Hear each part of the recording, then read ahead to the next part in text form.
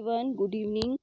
हमारा जो last video था वो था आपका 11th क्लास की पॉलिटी का जो पहला चैप्टर था वो लिया था मैंने लास्ट वीडियो में। और उसमें आपका था फर्स्ट चैप्टर संविधान क्यों और कैसे। ठीक है, तो इसी चैप्टर को कंटिन्यूटी में लेकर चल रहे थे हम। लास्ट वीडियो में हमने आपको बताया था कि संविधान क्या है, उसके कितने टाइप्स हैं और हमें संविधान की क्यों आवश्यकता होती है। ठीक है, तो इसमें हमने 2 पॉइंट्स को पढ़ लिया था। फर्स्ट था कि संविधान तालमेल बढ़ाता है और भरोसा दिलाता है। ठीक है, इसको मैंने एक्सप्लेन कर लिया था।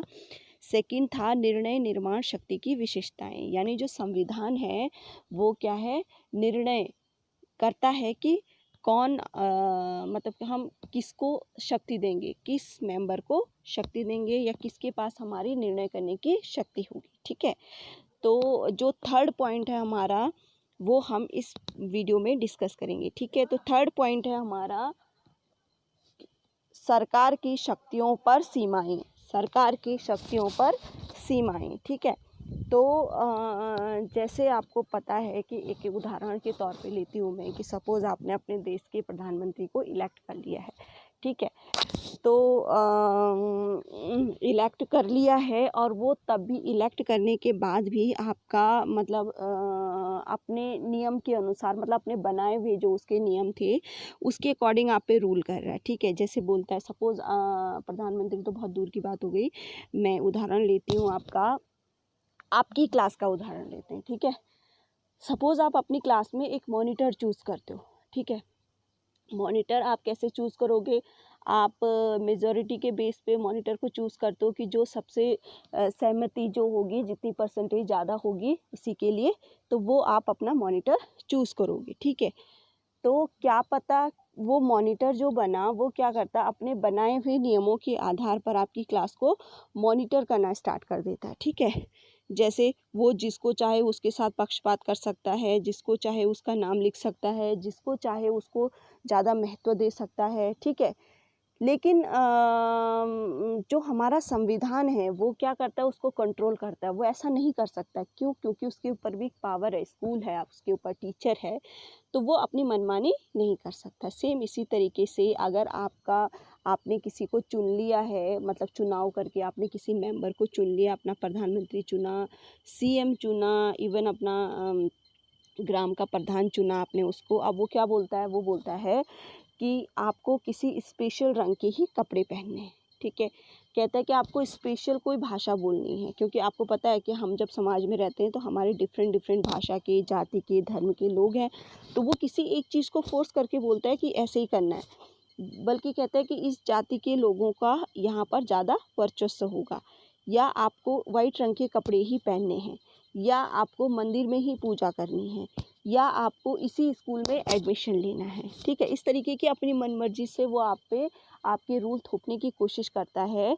बट जो हमारा संविधान है वो ये इंश्योर करता है, ये तय करता है कि उसके जो शासन है उसको कैसे सीमित किया जाए। ठीक है, तो हम कंक्लूज़न के तौर पे देख सकते हैं कि संविधान का तीसरा काम यह है कि वह सरकार द्वारा अपने नागरिकों पर लागू किए जाने वाले कानून पर कुछ सीमाएं लगाए। ठीक है, ये सीमाएं इस रूप में मौलिक होती हैं कि सरकार कभी उसका उल्लंघन नहीं कर सकता। ठीक है, जैसे सरकार कभी भी उसका उल्लंघन नहीं कर सकता। क्यों? क्योंकि उसके लिए हमारे संविधान में क्या बनाए हैं, मौलिक अधिकार बनाए हैं।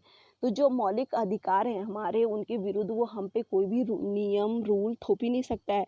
ठीक, अगर वो ऐसा करेगा तो उसको ऑब्वियसली दंड से भुगतना पड़ेगा, जो हमारा असंवैधानिक होगा, और उसको दंड दिया जाएगा। ठीक है, तो अब चलते हैं नेक्स्ट पॉइंट की तरफ। अपना जो नेक्स्ट था कि नेक्स्ट ऐसा पॉइंट कि हमें संविधान की आवश्यकता क्यों है, तो समाज की आकांक्षाएं और लक्ष्य। ठीक है, तो इसमें क्या है कि संविधान का चौथा काम है कि वह सरकार को ऐसी क्षमता प्रदान करे जिससे वह जनता की आकांक्षाओं को पूरा कर सके और एक न्यायपूर्ण समाज की स्थापना के लिए उचित परिस्थितियों का निर्माण कर सके। ठीक है, जैसे कि आपको पता है कि हमारे समाज में जातिवाद या सती प्रथा, बहुत सारी कुप्रथाएं थी, अभी भी हैं कहीं-कहीं, ठीक है। तो जो हमारा समाज है, आपको पता है, जैसे एक बहुत छोटा-सा एग्ज़ाम्पल मैं आपको देती हूँ। जैसे कि हमारे यहाँ हमारे सोसाइटी में धर्म के नाम पर, जाति के नाम पर बहुत भेदभाव अभी भी होता ही है, ठीक है। तो ये जो भेदभाव है, इसको मिटाने के लिए जो सरकार के पास हमारा संविधान क्या करता है, देखो, कोई लोग अगर हमसे छुआछूत करेंगे धर्म के नाम पर, जाति के नाम पर, तो हम क्या कर सकते हैं, हम उसके खिलाफ कुछ कानूनी कार्रवाई कर सकते हैं। किस बेस पे कर सकते हैं कि हमारे पास संविधान में लिखित है, कि संविधान में वर्णित है कि भाई आप ऐसा नहीं कर सकते, अगर आप ऐसा करोगे तो आपको दंड मिलेगा। और जो हमारी सरकार होती है वो इन नियमों को स्ट्रिक्टली लागू कर सकती है। ये भी हमने ताकत उसको दे रखी है। किसको? जो जैसे हमारे प्रधानमंत्री है, सपोज़ हम अपने प्रधानमंत्री को ये शिकायत कर दें कि ये मुझसे धर्म के नाम पर भेदभाव कर रहा है, ठीक है। ये पर्टिकुलर बंदा मुझसे धर्म के नाम पर भेदभाव कर रहा है, तो प्रधानमंत्री क्या करेगा? प्रधानमंत्री के पास इतनी पावर है, कैसे आई उसके पास पावर?